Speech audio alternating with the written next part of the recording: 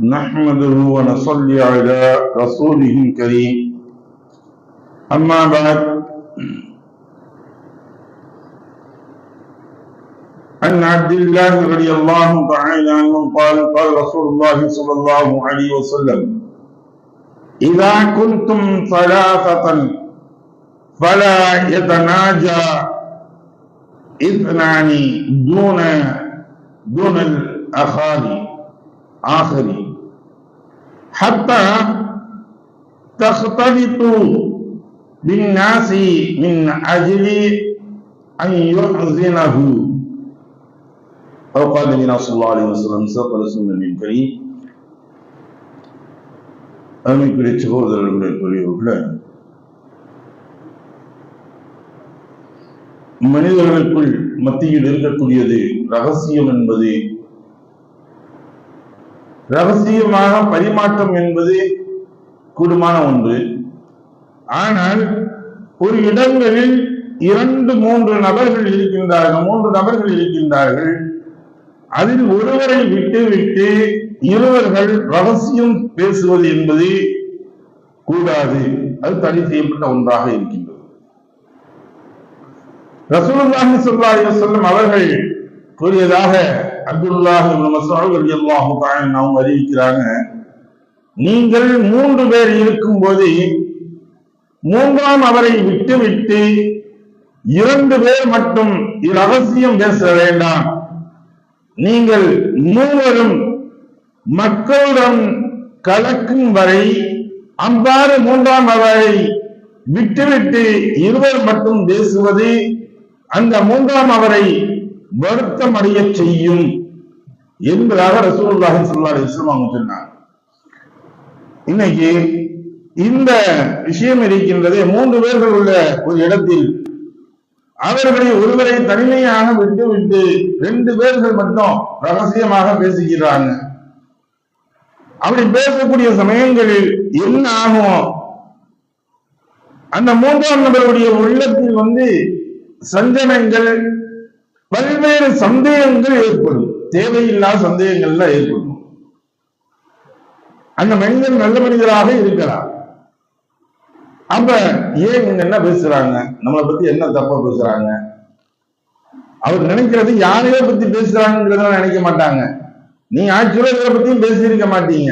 நீங்க பேசக்கூடியது ஏதோ உங்களுடைய குடும்பத்துடைய சூழ்நிலைகளை பற்றியோ ஏதோ ஒன்றை பற்றி தான் பேசலாம். அப்படி பேசிக்கிட்டு இருக்கக்கூடிய சமயத்துல கூட இவருடைய எண்ணத்தில் என்ன வரும்? நம்மளை விட்டு இவங்க 2 பேரும் பேசுறாங்க, என்ன பேசுறாங்க, நம்மளை தான் தப்பா பேசுவாங்களோ அப்படின்னு கூடிய ஒரு சூழ்நிலை வரும். அதனாலதான் சொன்னாங்க, அந்த 3ஆம் நபரையும் சேர்த்து வைத்து பேசணும். இல்ல அப்படியே உங்களுக்கு ஒரு விஷயம் பேசிக்கிட்டே இருக்கக்கூடிய சமயத்தில் ஒரு குடும்பத்துடைய விஷயங்களை பற்றி பேசி வருகின்றீர்கள். அப்ப 3 நபர்கள் உட்கார்ந்து இருக்கக்கூடிய சமயத்துல காமனா பேசிக்கிட்டீங்க. இப்ப ஒரு ரகசியமான விஷயங்கள் சொல்லணும் அப்படின்னா அந்த 3ஆம் நபருக்கு நம்ம சொல்லணுமா? அனுமதி கேட்டுக்கணும். இப்ப நாங்க இந்த குடும்ப விஷயமா பேசுற ரகசியமா பேசிருக்கோம், பேசிக்கிறோம், சரிங்க. அதுக்கு பிறகு நீங்க பேசுறீங்கன்னா அவருடைய எண்ணத்துல அப்படி வராது. நம்மளை பத்தி தப்பா நினைச்சாங்கன்னா அவர் தவறான ஒரு எண்ணங்கள் சரி நம்மளுக்கு சொல்லிட்டு தானே பேசுறாங்க. அது என்ன அவங்க குடும்ப பஞ்சாயத்துப்பா, நமக்கு என்ன தேவையா? அவங்களுக்குள்ள ஏதோ ரகசியம் இருக்குது, பொருளாதார ரீதியில இல்ல பிசினஸ் ரீதியில இருக்கும், இது நமக்கு என்ன தேவையில்லை, சரி அவங்க பேசிக்கலாம் அப்படின்ட்டு அவருக்கு நல்ல எண்ணங்கள் வரும். இல்ல அப்படின்னா இந்த இடங்கள்ல வேற மக்களோட நீங்க கலக்கிற வரை அப்படின்னா வெறும் ஒரு சபைக்கு கூட்டத்திற்குள்ள வந்ததுக்கு பின்னாடி அதுக்கு பின்னாடி என்ன செய்யுங்க, அவர் எல்லாம் கலந்து நீங்க சந்தோஷமா பேசினதுக்கு பின்னாடி அதுக்கு பின்னாடி நீங்க ரகசியம் பேசிங்கன்னா ஒன்றும் பிரச்சனை இல்லை. ஏன்னா அந்த இடத்துல அவர் ஒரு ஆள் மாத்திரம் இருந்தாருன்னா இந்த தவறான எண்ணம் வரும். நீங்க மொத்தத்தில் இருக்கும்பொழுது அந்த எண்ணங்கள் வராது என்பதை சொல்கின்றார்கள். ஆனா இன்னைக்கு இதே சமயத்துல 4-5 பேர் இருக்கிறோம். இந்த இடங்களிலும் ரகசியம் பேசுவது என்பது கூடாது. அதிகமான மக்கள்கள் இருக்கக்கூடிய ஒரு கூட்டம், ஒரு மஜ்லிஸ் சபையா இருக்குது அப்படின்னா அதுல ஒரு 2 பேர் மட்டும் ரகசியம் பேசுறாங்க, தவறு கிடையாது. 3 பேர் சொன்னாங்க, 3 பேருக்கு மேல இருக்குமே, நம்ம இப்ப 30 பேர் இருக்கோம், அந்த இடத்துல 2 பேர் மட்டும் ரகசியமா பேசுறாங்க. இருக்கக்கூடிய பாக்கி 28 நபர்களும் உங்களை தவறாக எண்ண மாட்டாங்க. அவங்க 2 பேர் மட்டும் என்ன ரகசியம் பேசிட்டு இருக்காங்க அப்படின்னு எண்ண மாட்டாங்க.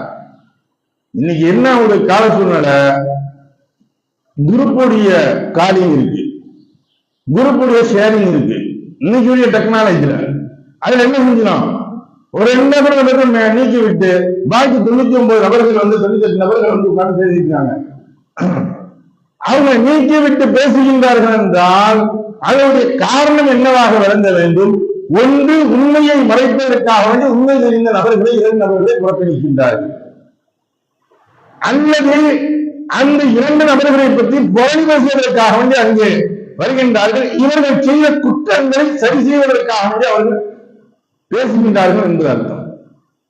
அப்ப இந்த இடங்களில் அதனால நான் இந்த சூழ்நிலைகளை எல்லாம் பார்க்க வேண்டும். நாம் குற்றவாளியாகவும் மாறக்கூடாது, நாம் பாவிகளாகவும் மாறிவிடக்கூடாது. அப்ப எப்பொழுது நீக்குகின்றார்களோ அவர்கள் தான் அது குற்றவாளிகள். அந்த பாவத்திற்குரிய காரணத்திற்குரியவர்கள் யார் ஆகின்றார்களோ யாரோ ஒருத்தவங்க நம்ம சொல்லி செய்யலாம், செஞ்சாலும் அதனுடைய பாவதாரிகள் யார்? நாம் தான். ஏன் உண்மையை மறைப்பதற்கு நீங்கள் துணை கொண்டிருக்கின்றீர்கள். அந்த இடத்துல நியாயத்தை நிலைநாட்டுவதற்கு அநியாயத்தின் பக்கம் நீங்கள் துணை கொண்டிருக்கின்றீர்கள் என்பதெல்லாம் அந்த இடத்துல வரைக்கும். அதனாலதான் ஒரு குரூப்பை நாம் ஹேண்டில் பண்றதுக்கு, அந்த குரூப்பை ஃபாலோ பண்றதுக்கு அது பெரும் ஒரு சிரமம் என்பது அதனாலதான் சொல்லப்படுது. ஒரு ஜமாத்தை வழிநடத்துவது என்பதற்குரிய வழிமுறைகளில் இதெல்லாம் ஒன்று. அங்க உட்கார்ந்துட்டு நீங்க 4 பேர் இருக்கக்கூடிய இடத்துல 2 பேர் ரகசியம் பேசக்கூடாது அப்படிங்கிறது அந்த இடத்துல இதெல்லாம் வச்சுதான் வந்து சின்ன சின்ன விஷயங்களாக நமக்கு தெரியும். ஆனா நாம் செய்வது நல்லதாக தெரியும், நியாயமான ஒன்னா தெரியும். ஆனால் அந்த செய்வதும் கூட தவறான ஒன்றாக வழிமுறையாக போயிடும். இதுல ஒன்னு விஷயங்கள் நம்ம சொன்ன கூட்டத்தில் உட்கார்ந்து இருக்கக்கூடிய சமயத்தில் 2 பேர் மற்ற ரகசியம் பேசணும்னா அது தவறா போயிருந்து. இப்போ ஒரு ஜமாத்துல நமக்கு இருக்காங்க, நிர்வாகிகள் இருப்பாங்க, இருக்கக்கூடிய சமயத்துல ஜமாத்துல ஒரு கேள்வியை கேட்டு 2வது 2 பேர் நிர்வாகிகள் மற்றும் ரகசியம் பேசுறாங்கன்னா இதே கூடாது, இதுவும் கூடாது. ஒட்டுமொத்த ஜமாத்துடைய பார்வையும் உங்கள் பக்கத்தில் இருக்கிறது, உங்களுடைய தலைமையின் பக்கம் இருக்கின்றது.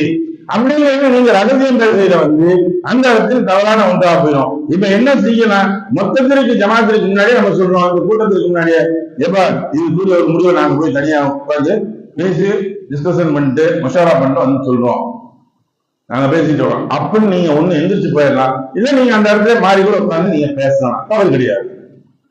அது சபைகளுக்கு முன்னால் ஒன்றைக்கு முன்னால் நாம் அவர்களுக்கு தெரியப்படுத்தி விட்டு செய்ய வேண்டும்.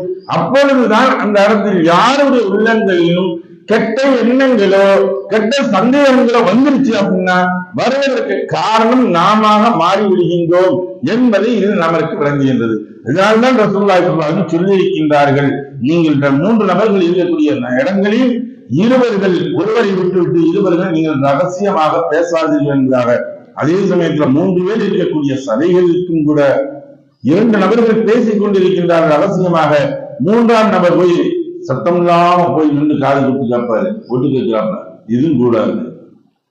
அங்கே சென்று விட்டு 2 பேர் பேசிக்கிட்டு இருக்காங்களா, சத்தமாக பேசிட்டு இருக்காங்க, ரகசியம் சத்தமாக பேசிட்டு இருக்காங்க. இப்ப 3ஆவது நபர் நம்ம போகக்கூடிய சமயத்துல சிலவனைக்கும் வரலாமா பேசிக்கிட்டு இருக்கீங்க, நீங்க ஏதோ முக்கியமான விஷயம் பேசிக்கிட்டு இருக்கீங்கன்னா இல்ல ஒண்ணும் இல்லை வாங்க அப்படின்னு அவங்களுக்கு சொல்றாங்க. இல்ல ஆமாங்க முக்கியமான விஷயம் பேசிக்கலாம், சரி நீங்க பேசுங்க அப்படின்னு நம்ம ஓரமா போயிடும். இதுதான் நம்முடைய மார்க்கம் சொல்லக்கூடிய வழிமுறைகள் என்பதை நாம் விளங்கிக் கொள்ள வேண்டும். எதை படித்தோமோ எதை கேட்டோமோ அதை விளங்கி நடக்கக்கூடிய நன்மக்களாக உள்ளவங்களாக மாய்க்கார் உருவானாக. வாக்கத்தவன் அல்ஹம்துலில்லாஹி ரப்பில் ஆலமீன். சுப்ஹான வபிஹம்திஹி சுப்ஹானல்லாஹி வபிஹம்திஹி வநஷ்ஹது அல்லா இலாஹா இல்லா அன்த நஸ்தக்ஃபிருக வ நதுபு இலைக். ஆமீன். சுப்ஹான ரப்பிக ரப்பில் இஸ்ஸத்தி அம்மா யசிஃபூன் வ ஸலாமுன் அலல் முர்ஸலீன் வல்ஹம்துலில்லாஹி ரப்பில் ஆலமீன்.